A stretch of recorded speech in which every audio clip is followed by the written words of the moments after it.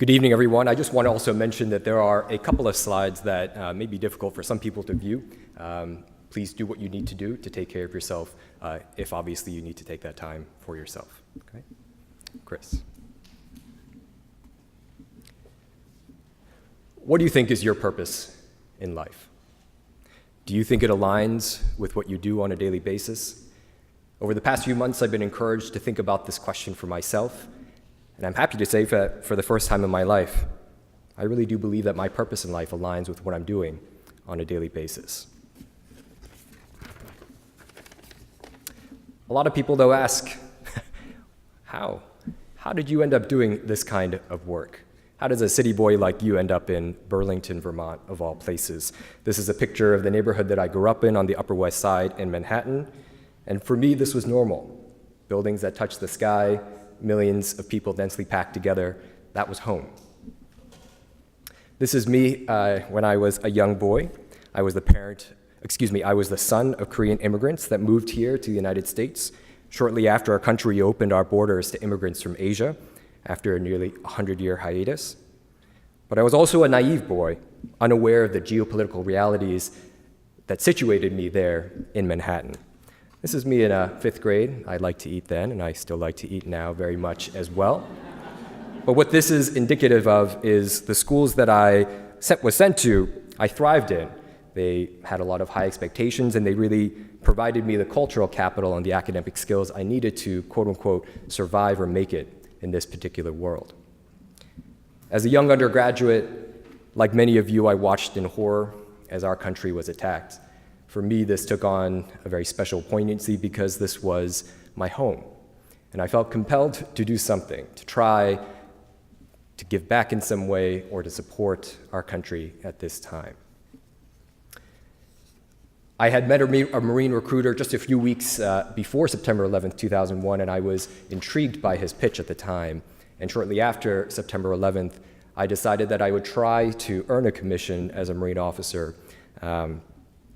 And it was something that I worked hard towards throughout my undergraduate experience as well. At the same time, I also had the privilege of meeting two of the most important people in my life, Horace Seldon and Paul Marcus. They co-taught a course titled The History and Development of Racism in the United States of America. And they single-handedly changed the entire direction of my life. They helped me see the beauty in and the horror of the history of our country. They help illuminate a history in our country that I had not known prior to taking that class. I was not aware of the enslavement of African Americans in our country. I was not aware of many of the things that I am aware of now. And they helped to really channel my rage at the quote-unquote system in a very positive direction.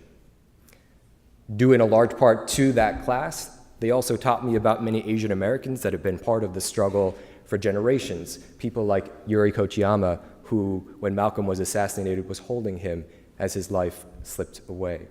And it helped me figure out my place as an Asian American in this particular struggle as well. I took that class as an undergraduate, and I went back to it for 8 more semesters, both as an undergraduate teaching assistant and eventually as a co-teacher of it. And this is where I honed my facilitation skills during weekly conversations with other students around issues of race and racism, oppression, privilege, etc., and a myriad of other issues.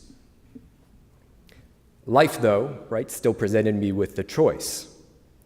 Would I choose to use my life and serve behind the barrel of a rifle, or would I choose to use my life through education, something that I was also at the time at least considering? Spoiler alert, I rescinded my commission and chose the teaching profession. And for those of you who have never taught before, I can honestly say that it is one of the most difficult things that I've ever done in my life. I worked hard to try to make sure that I provided high-quality lessons and units for my students because for many of them, their lives depended on it. And that's what teachers obviously do.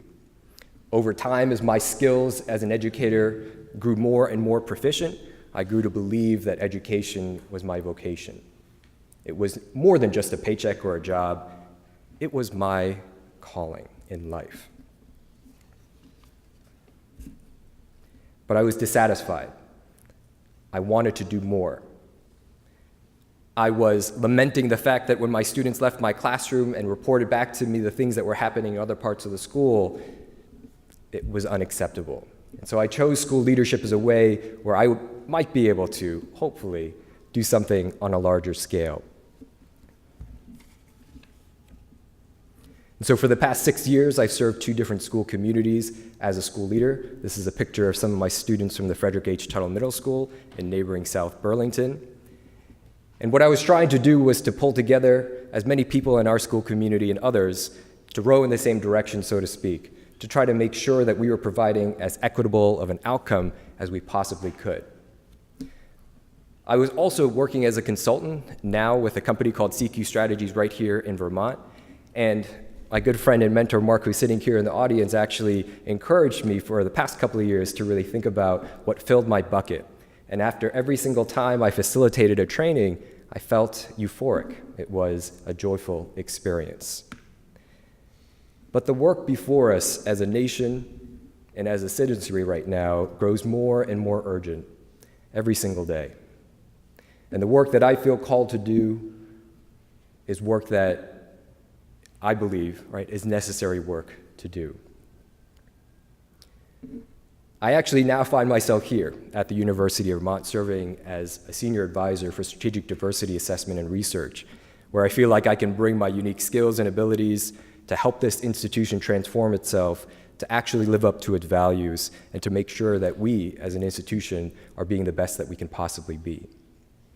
I want to start to close off by sharing with you a dream that I had as a young person, where I would wake up in this grassy field and peoples from all across the world would start to walk towards me in this particular dream.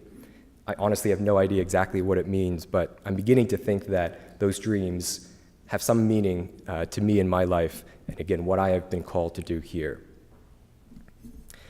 Horace encouraged me and many others to think about being an active anti-racist. To him and to many others, there frankly was no other choice. Tonight, I encourage you to think about what your role is, and I encourage you to join hands with me in trying to make this world a more equitable place.